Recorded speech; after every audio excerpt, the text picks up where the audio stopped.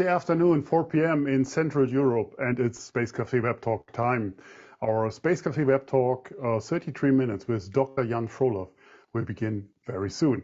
Thank you for joining us today for our talk about space disputes, the phantom menace, I hope I pronounce it right, or the return of justice. So stay tuned for that. As always, we appreciate your participation and your ongoing feedback.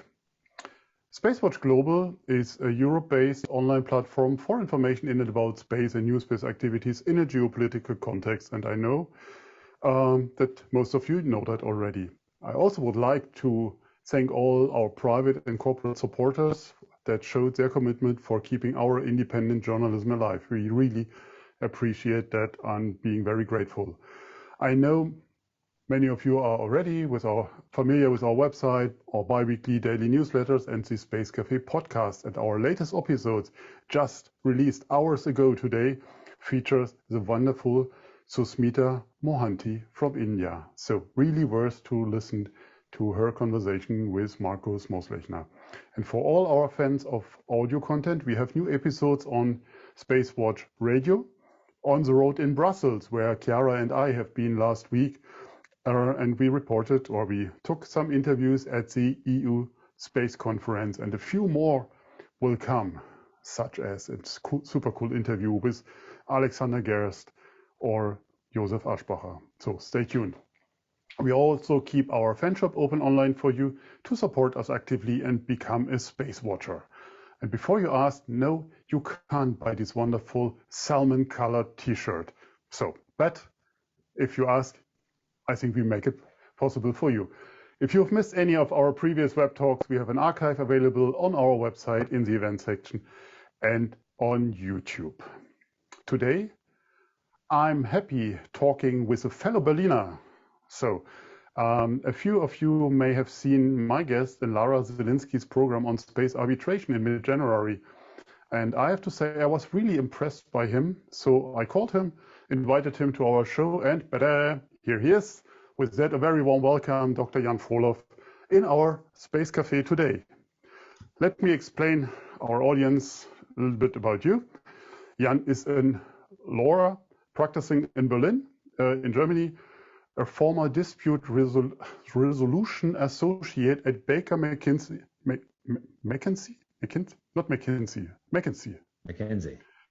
and at Morrison and Foerster with a focus on international arbitration. He is an author of a series of space arbitration and space dispute articles. Since last November, Jan is working as an independent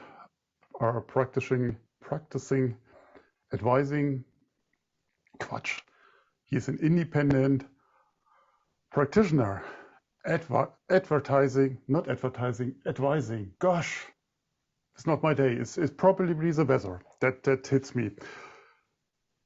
And he is advising his clients in both dispute resolution and corporate matters. And Jan is also, and that's also a reason why he's here, a space geek with a soft spot on construction site.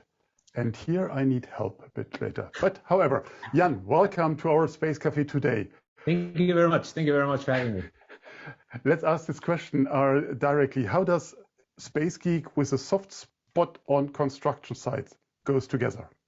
It depends on the construction site that you want to visit. It's actually a joke that my wife and I share when we go on vacation. She likes to go to the beach, and I like to visit what she calls old stones. So it's whether it's construction sites or archaeological sites that gets me excited on vacation.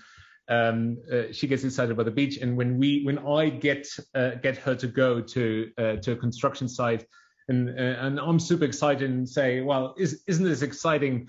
Then she often goes, well, this is just a pile of dirt. Can we please go now?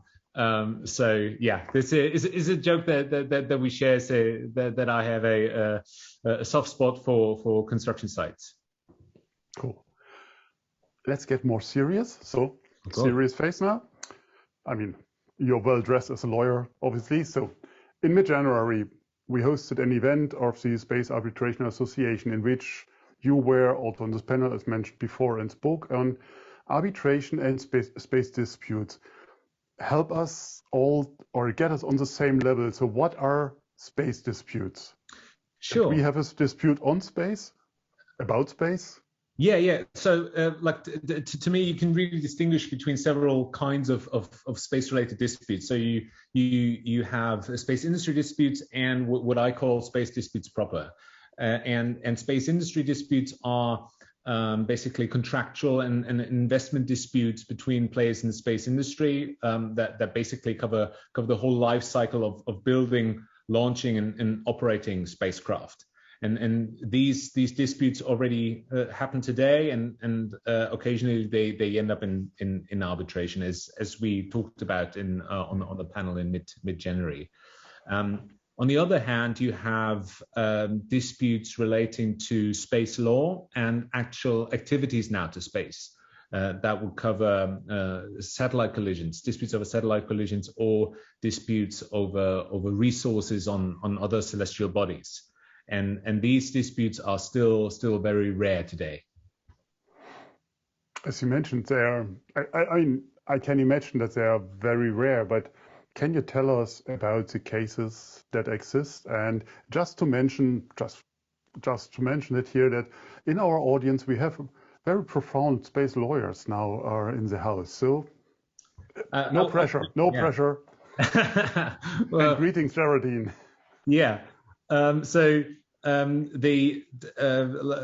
mentioned, like two examples for space disputes would be disputes over resources, and to me, to my knowledge, there hasn't been a dispute yet over space resources. That could change if you think about that. Several companies have expressed their intent to mine for water ice on the moon or on Mars, and to use that for propellants development, for example, for liquid hydrogen or methane engines. And then the question really arises: okay, who has ownership over that propellant or over the water ice that was mined on other celestial bodies? I think those disputes over resources will appear over time. For satellite collisions, there are two famous examples to date. There was an incident in 1978 and a satellite collision in 2009. And I'm not counting close encounters and ASAT tests. I mean, those made the headlines quite recently. But those are the two famous examples. In 1978, the Soviet military satellite Cosmos 954 re-entered the Earth's atmosphere, and it was powered by a nuclear reactor. And during re-entry, it disintegrated and left a trail of radioactive debris over Canada, and that obviously led to very substantial cleanup operations by the Canadian government, and I think cost about 6 million Canadian dollars. And then the Canadian government presented that claim to the Soviet Union, and then there were settlement discussions, and I think the Soviet Union agreed to pay a settlement sum of 3 million Canadian dollars. That was 1978, and then obviously that damage was on the surface of the Earth. And then in 2009 we had the satellite collision between Cosmos 2251 and Iridium 33 in low Earth orbit, and that unfortunately created a huge cloud of debris in low Earth orbit. But here there's no public knowledge of what happened in the aftermath of if there was a settlement between Iridium and the Russian Federation, if there was a settlement between the US and Russia. So we don't know what happened after that, but these are very famous examples for incidents and accidents involving satellites. So that also seems that these kind of cases are not very much in the public, as you say, that not so much is known about the outcome. I mean, the case might be in the public, but not the outcome. But Correct. Which courts or tribunal would decide such a space dispute? Is it The Hague? Is it the new Dubai court? Or is it a national one? So on what level does it happen? Well, that pretty much depends on the claim you're making. If you want to make a claim for damages caused by space objects, and you could base that on the liability convention, then initiate a claims commission under the liability convention. The liability convention is the convention on international liability for damages caused by space objects. And the claims commission is a judicial body that can adjudicate these disputes. However, there are several problems with the claims commission under the liability convention.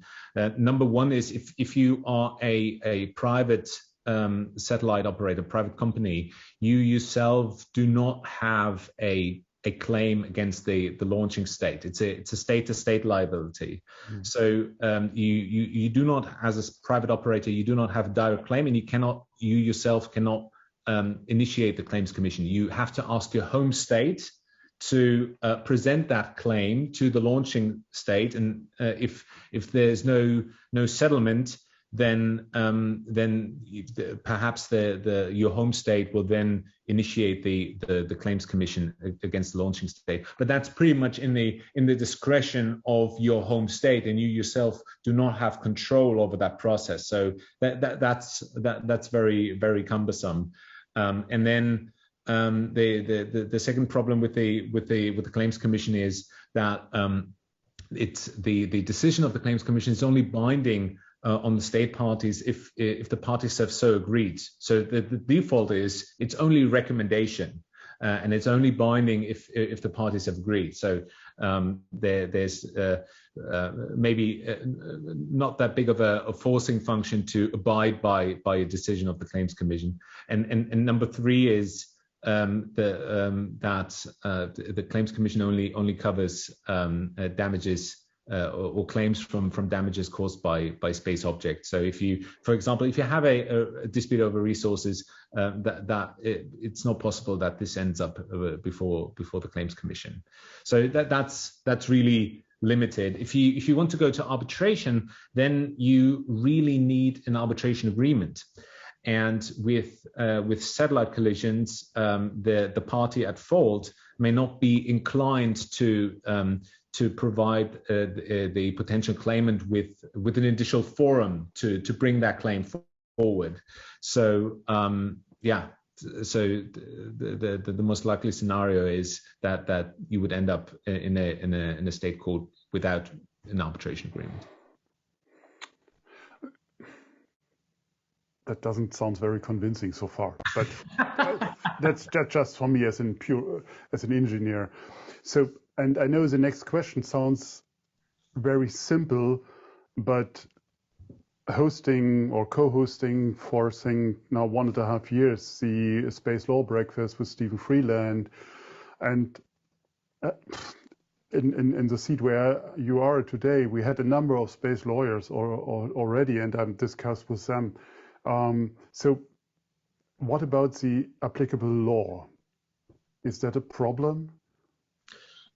Yeah, absolutely. It can be a problem. And I think, for areas like the applicable law, the events like these are really helpful to really initiate or have like a sort of like an education process on both ends. Sometimes I feel like space lawyers obviously know a lot about space law, but not but there's also other areas of law that need to develop for outer space activities that maybe have private international law issues, and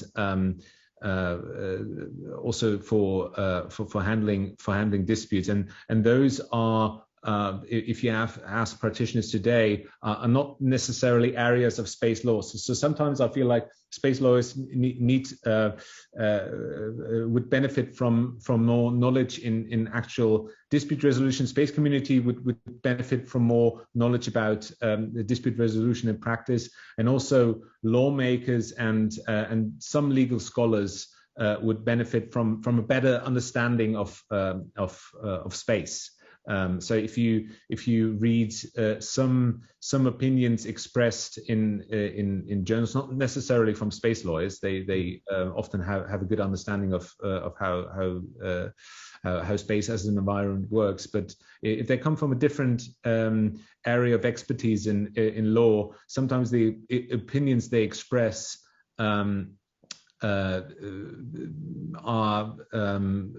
you can tell they do not have a great understanding of maybe of orbital dynamics or something like that. So a great example for that would be like for example the law applicable to satellite collisions. So if that would end up before a state court, then you would probably need to find the law applicable to that satellite collision, and you had that Space Café web talk with Geraldine Escolar, and then there was also like a small section on conflict of laws. And there she said that you always in private international you're looking for a connecting factor. And so, for example, for collisions, for car accidents, for example, you have the same problem here on Earth. Then, if there's a connection to several jurisdictions, then you would have to look at which is the applicable law in that case. In the European Union, the Rome II regulation would say for claims resulting from that car accident, for example, the applicable law is the law of the country in which the damage occurred. Now that makes sense on the surface of the Earth, where we have countries, but outer space is the province of all mankind. It does not belong to a state. The Outer Space Treaty explicitly prohibits the appropriation of territories in outer space.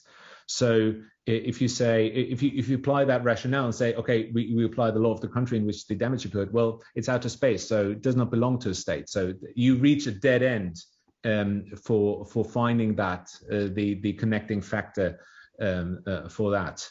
Now here comes into play what I say. Sometimes the opinions expressed do not take into account what an environment outer space is, or the orbits around Earth are. Then some scholars say, okay, we do just like for collisions in international waters.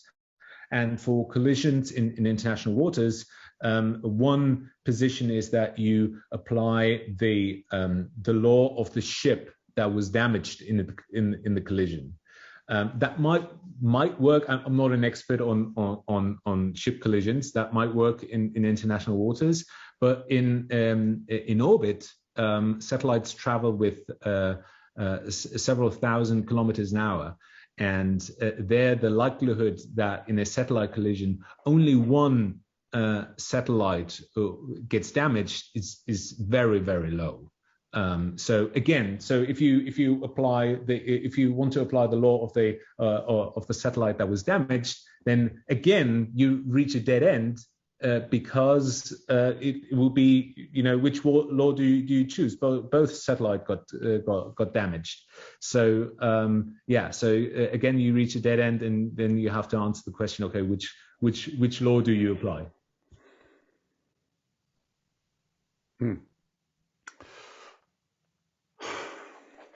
I'm still not there. I mean, it sounds if my Torsten Sat or from whatever country I'm launching from and own it, damage yours, you choose whatever law you might think is applicable for that. Is that what I understood?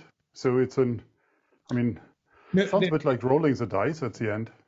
Yeah, well, if the satellites have a collision and you think you have a claim against whoever operated the satellite that was in the collision with your satellite, then you probably will bring the claim to a state court and say, hey, you owe me this amount of damages because my satellite got destroyed, and then the court will need to answer the question, okay. Torsten might have a claim, but before we can assess if he has a claim, we first need to find out which law applies to that dispute, because Torsten might be from Germany. His satellite might have launched from Baikonur, and the other satellite might be from the US and launched from Kennedy Space Center. So then you have to look at, okay, which law do you apply to your claim, because the dispute has connections to several laws. So what is the solution here, or what could be a solution? I mean, it sounds, as you described it quite well, a lot of dead ends on this road. So how can we move forward? I mean, we have more satellites in space, and Brian asked also the question, do you see more satellite collisions with more constellations? I mean, it's an obvious thing that will happen. So where will these be then tried? Yeah. So, I think, like, do I see more satellite collisions on the horizon? Yes, unfortunately, yes. I think that just comes with the sheer number of satellites that are planned to be launched into orbit. We also talked about it on the panel discussion 2 weeks ago. I mean, in terms of mega constellations, you have Starlink with 42,000 planned Starlink satellites. You have OneWeb. You have Amazon. I think OneWeb plans sort of 700 satellites. Amazon with Project Kuiper also in the thousands. You look at currently 3,000 active, around about 3,000 active satellites in orbit, and then that already tells you, okay, if we have that many close encounters today, you just increase the number of satellites, and the close encounters will also increase, and possibly also the number of satellite collisions. So in order to counter that, the solution obviously would be space traffic management, implementation of rules. In terms of the applicable law, I think if it would be helpful to really take into account the particularities of the orbits around Earth. I mean, this is something the space community knows, that the orbits around Earth have different characteristics, but not all lawyers or lawmakers do know that. For example, if you look at geostationary orbit, then obviously people in the space community know, okay, the satellites in geostationary orbit do not move relative to Earth, and the number of slots in the geostationary orbits are limited. And if you have a collision in geostationary orbit, then that already, because of these characteristics, tells you two things. Because the satellites usually sit in their box in geostationary orbit, one of these satellites must have moved out of its box along the arc into another slot in geostationary orbit. And if that happened unintentionally, then that possibly already tells you who the culprit in the collision was, because the other satellite just sat in its box, and out of nowhere came the other satellite. So that you possibly already have your culprit in the collision. As people in the space community also know, these slots and frequency bands in geostationary orbit are assigned to states by the International Telecommunications Union, ITU. So you have a satellite sitting in its box, and out of nowhere comes another satellite crashing into it. That tells you, okay, that collision happened in that box that was allotted by the ITU to a certain state. So obviously, by allotting that slot to a state, that position does not become part of a state's territory. So you cannot say, okay, that the damage occurred in that state's territory, but possibly arguably it's as close as you can get to a state's territory in a space that belongs to all. So my proposal would be to apply to a collision in geostationary orbit the law of the state to which that position in geostationary orbit was allotted to.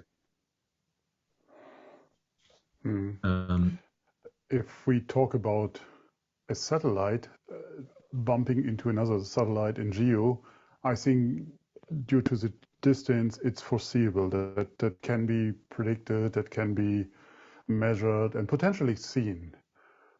But what about debris? What about some debris occurred from one of the debris creating occasions? I don't explicitly say not necessarily an ISOT test. So if that's a piece of debris, how do you detect? How do you say, hey, that's a debris from X, Y, Z?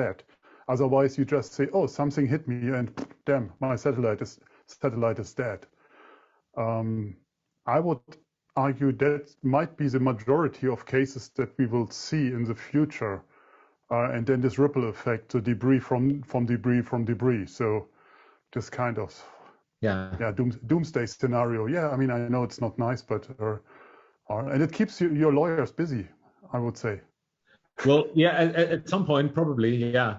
But that's a very important issue. How do you determine who your respondent is? If you have a damaged satellite and you cannot use it until the end of its design life, then what do you do? And yeah, that's a very, very difficult practical problem to find out who against do you make your claim. And if the technology is not there yet, that you can track from which satellite that debris originated, then you'll probably have a big problem in successfully getting compensation or damages. And I think that the solution would be like not necessarily a legal solution, but a technology solution. Then like developing the tools to tracking space debris and where it originated from. The legal tool sort of is today is probably burden of proof. You know, if you make a claim, then depending on the jurisdiction in which you are. You have the jurisdiction will tell you, okay, what burden of proof or who has the burden of proof for which fact to making the claim. And if you cannot live up to that proof, you cannot have any evidence that this piece of debris originated from satellite XYZ, then you possibly won't have a successful claim. Yeah. On that note, we will have it later on in the event or announcements, or the next Moribus Vox Populi is called Look Up, or Please Look Up, or actually to how to tackle that with his panel. So, the audience, if you have a question, a burning question, please put it into the Q&A section. We have a few minutes today to answer this question, and I know that Jan is keen to answer your questions. So there's one question from Mark. I think we covered it already. So he asked, because it came in very early, as space is an open public place, should there be a public or private court for space disputes? Because otherwise it is not a real judge.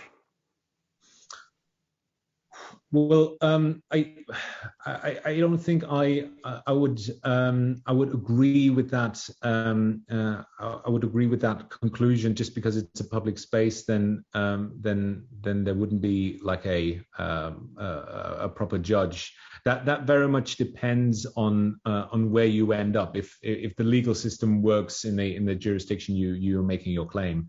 But I do agree that we need more laws and rules to govern the activities in outer space. So the big problem also is because we do not have space traffic management. Then the question really is, okay, who is at fault in the collision? You know, who was there an obligation to take avoiding action? Those are very, very important questions that should be tackled with legislation. And if they're not tackled with legislation, then some judge will need to determine via its own discretion or under the applicable law who was at fault and if there is a claim to be made. But yeah, that sort of actually dives back to the title of the talk, Phantom Menace: Space Disputes, Phantom Menace, or Return of Justice. Obviously, everyone gets the Star Wars reference. So, Phantom Menace would be if we don't have legislation in place that tells us what the legal framework is for activities in outer space. I do feel that there is a risk that space disputes will end up being a phantom menace. But if we have legislation in place that tells us what is allowed in outer space, what can you do in outer space, what are your obligations, for example, in a satellite collision or close encounter, who needs to take avoiding action, then we would have legal certainty and hopefully correct and just decisions. So that will be my take on that question.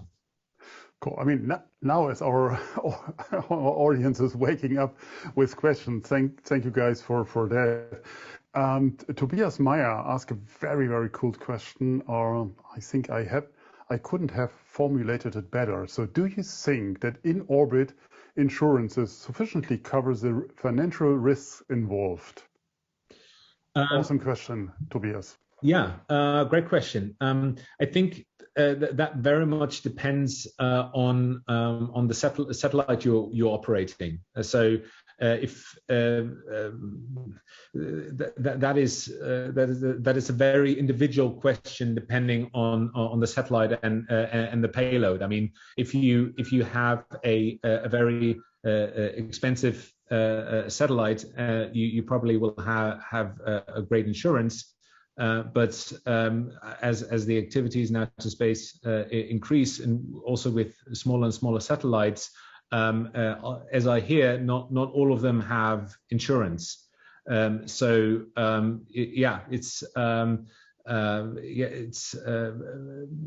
very much everyone on its own. So I would say, if you want to cover your risk with an insurance, then it's very much your own decision if you want to do that. Does it sufficiently cover that? Well, that very much depends on the insurance in question. I think it's difficult to have a general answer for that. I would hope so, but I don't know if that's really the case.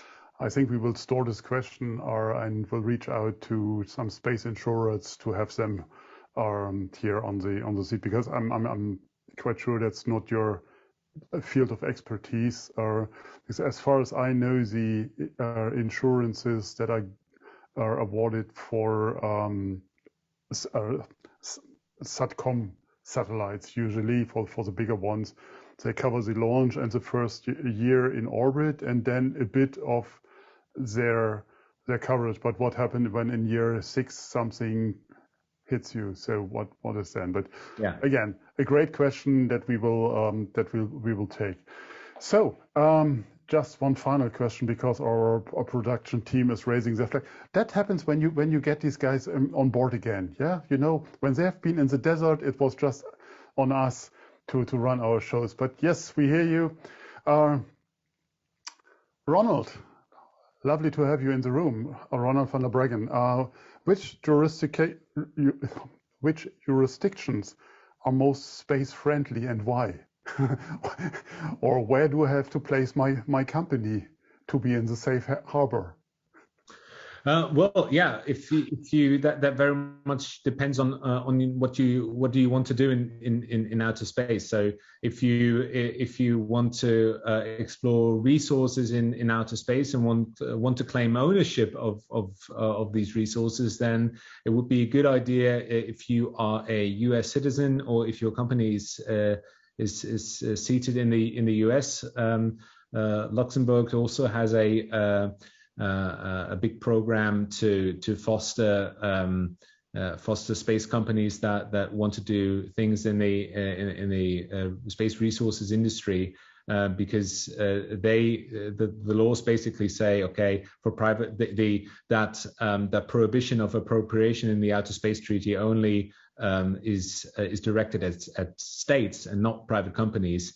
And if you are a private company that wants to mine resources on other celestial bodies, then you will have ownership over these resources. So if that is what your plan of doing is, then I would suggest you look closely at the United States and Luxembourg.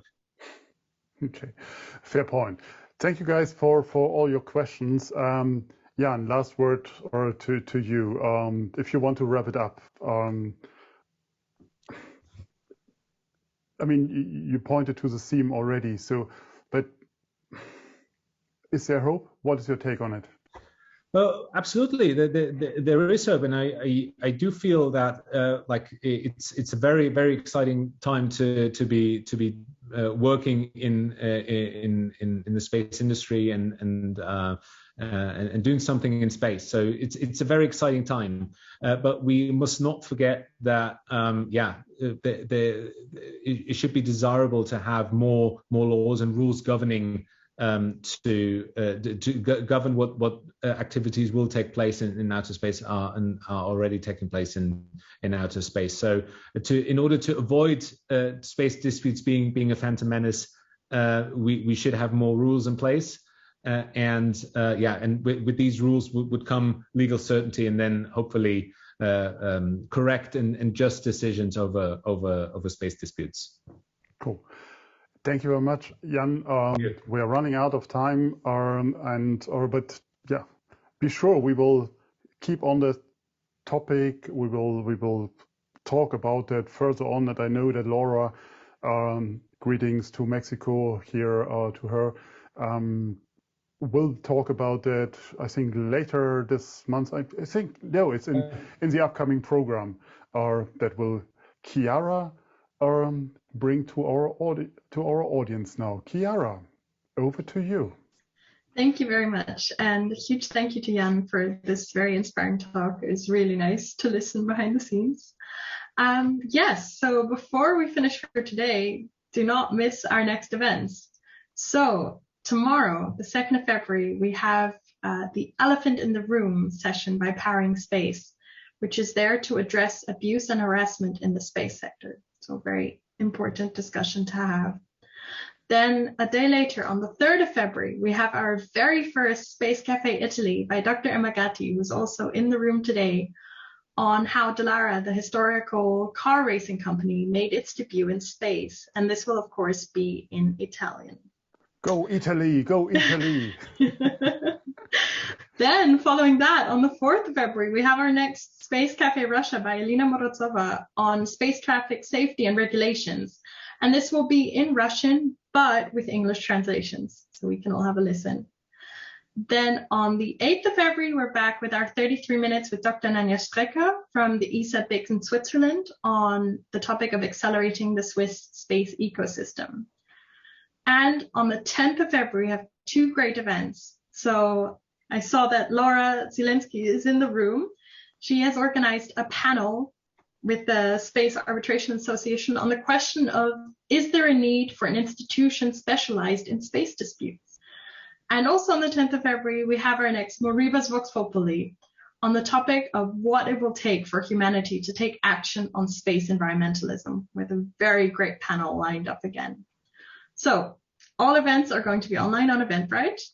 And as always, we love to hear your feedback. So please check in with us on Twitter, Facebook, and LinkedIn.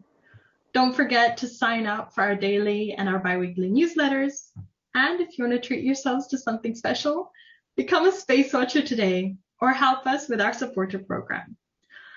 Thanks again, Jan, for the inspiring talk and for being our guest. And thanks to the entire team behind the scenes for doing that great job week in and week out. We're so happy to have our production team back again. I hope you all stay safe and stay healthy. Thank you for joining us. Thank you for asking all your great questions. Hope to see you in the next weeks. And in the meantime, don't forget to visit our website and follow us on social media. And don't forget, become a Space Watcher. Space Watcher. Thank you very much.